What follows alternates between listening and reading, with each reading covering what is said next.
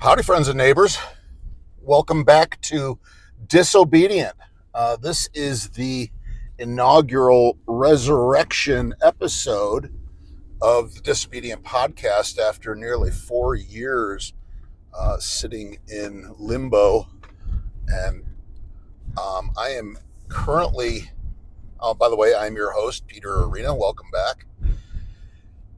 I am currently in Colorado Springs, Colorado, on my way back to Albuquerque, and thought I would take the time while I've got about 6 or 7 hours of driving ahead of me to do a podcast update. I won't keep it too long. I just want to basically get one off here to get the show on the road.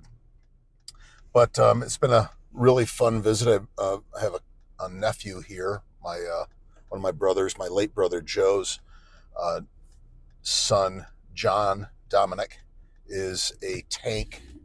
What the heck is he now? They swap around their positions on the tank crew. He was the driver for a while. Now he's I don't know what the heck he is. He stuffs the he stuffs the shells in the cannon or whatever the heck they call it. Anyway, I got a thorough education on tanks yesterday that I failed to remember the details of, but it was fun. We had a nice visit.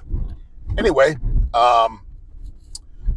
making my way back to Albuquerque, and a lot going on in the world, and it primarily boils down to some major subjects: the impending and nearly probable / inevitable war that is going to descend upon Iran by the United States at the behest of our greatest ally in the Middle East. And of course, associated with that and the greatest ally is the release of the Epstein files and the ever growing tentacles of association that the corrupt, criminal, immoral, and utterly disgusting picture that it has painted for our culture and society, our means of our system of government, is having a resounding, reverberating effect across our culture right now. People are not letting it go, and despite the fact that the Trump administration wants to see this thing be put to bed, and let's all move on and talk about the stock market and the Dow Jones Industrial Average and how it's just doing fantastic. Well, it's not going away, and that is, I think, a good thing. I think the general sentiment among people who are actually paying attention, and there is a growing number of people paying attention, and the fact that there's a growing number of people paying attention who cannot morally, ethically look away any longer and switch the channel, as it were, and find out what game is playing, because this is the game that's being played on every channel at this point. And so whether they want to acknowledge it or not, this is what's going on, and here we are. So the other thing that's going on, of course, is this simmering subject of the assassination of Charlie Kirk and Charlie's actual killer or killers, the parallels that this assassination draws with things like JFK. I mean, it's really kind of eerie when you think about it. The fact that we have this massive effort to whitewash and cover up the actual perpetrators and blame it on that lone crazed gunman. In this case, this young man named Tyler Robinson, who's effectively the parallel for Lee Harvey Oswald. And as we find more and more discrepancies and erroneous details and outright lies coming from the Turning Point USA crowd and the silence on the part of the major media, the silence on the part of, again, the Trump administration, we see that there is, again, this alleged, again, we don't know for certain, but this alleged association with our greatest ally again. And this is, this is tough territory because the algorithms are not kind to people who want to talk about our greatest ally. There is this massive control apparatus that has inculcated and strangled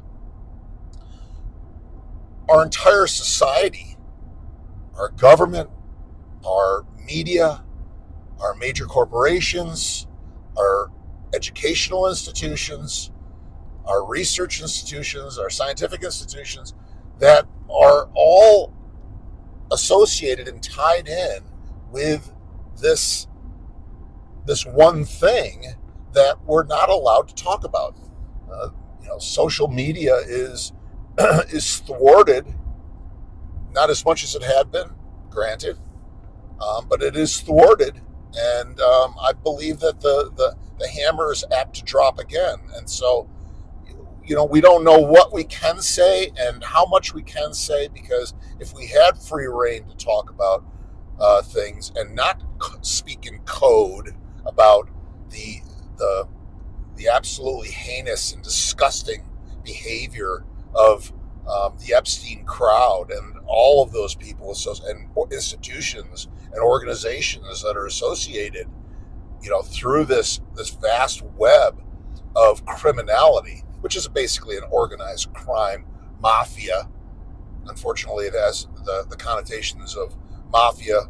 When people say that, of course, they think of Italians, but that's not what's going on here. There may be Italians, but the reality is that Italians and the mafia, the Cosa Nostra, are not what's going on here. But it is organized crime. This is gang affiliations and gang behavior writ large. And so, when you look at it through that lens, sure enough, you're going to be risking your own security and your own liberty, because you are threatening those who are in power and in control. And so that's just the nature of the beast. And the object of Disobedient as a podcast is primarily to stand up as courageously as possible and with some degree of intelligence, I hope, to effectively sidestep those mechanisms and efforts to thwart the ability of this podcast and myself in particular to disseminate information that I am trying to bring to other people that I believe is truthful and is being suppressed and is countervailing to the narrative that is being foisted upon people generally. And so that's where the disobedience comes from. If you're unfamiliar with disobedient and what I had done in the past, if you go into the posts portion of the channel on YouTube, you'll see that I have loaded some of the old prior channels episodes. They say disobedient, but they actually go to a now I don't want to call it obsolete, but inactive former channel. But you'll see some of the episodes that I did. Primarily, I want to keep this an interview style podcast where I bring on people who are doing really interesting stuff and talking about really interesting things. And I feel that my strengths as a podcaster lie in my ability to interview. I tend to be the type of person who knows a little bit about a lot of different things, and so regardless of who it is, I'm generally capable of engaging that person and asking questions that initiate further conversational information that hopefully you as a viewer will find interesting. So that's about it. We're surrounded by evil people, and but there's a lot more of us than there are them, and I want to bring a lot of really cool people to this podcast and expose you as the viewer and subscriber.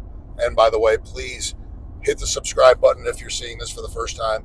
Hit the notifications bell and like the episode. It helps me with the algorithm.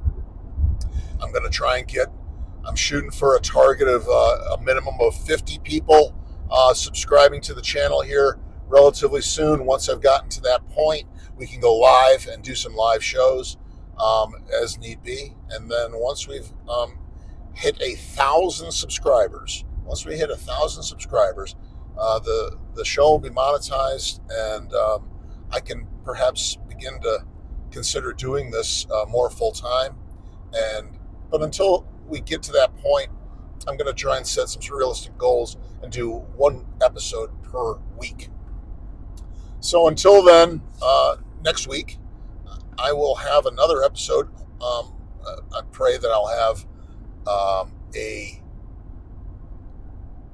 guest to interview for our next episode. Otherwise, you're going to be stuck listening to me another time. Maybe I'll have some new subjects. I pray we won't be talking about the ongoing, newly commenced war with Iran. I pray that doesn't happen, but I fear that this is what's coming. So, have a beautiful day. It is Sunday, February 22nd. We're in the middle of Lent, the first week of Lent now, and it is a beautiful day. A little chemtraily in the skies here in southern Colorado, but not too bad. They're not trying to poison us too bad. I'll talk to you soon. Love you all. Bye-bye.